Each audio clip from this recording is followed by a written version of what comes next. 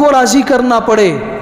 سیدنا معاویہ رضی اللہ تعالیٰ عنہ نے خط لکھا جب یہ شام دمشق کے گورنر تھے ام المومنین سید عائشہ صدیقہ رضی اللہ تعالیٰ عنہ کے نام پر کہ ام المومنین مجھے چھوٹی سی نصیحت فرما دیجئے، اللہ کے رسول صلی اللہ علیہ وسلم کی بتائی ہوئی مختصر نصیحت بتا دیجئے. ام المومنین نے جوابی خط لکھا. کیا خوبصورت خط تھا، کیا خوبصورت دین کا پورا خلاصہ اس میں موجود تھا. فرمایا معاویہ زندگی میں ایک اصول بنا لو، اپنے اللہ کو راضی کرنے کے لیے ساری کائنات کو ناراض کرنا پڑے تیار ہو جاؤ.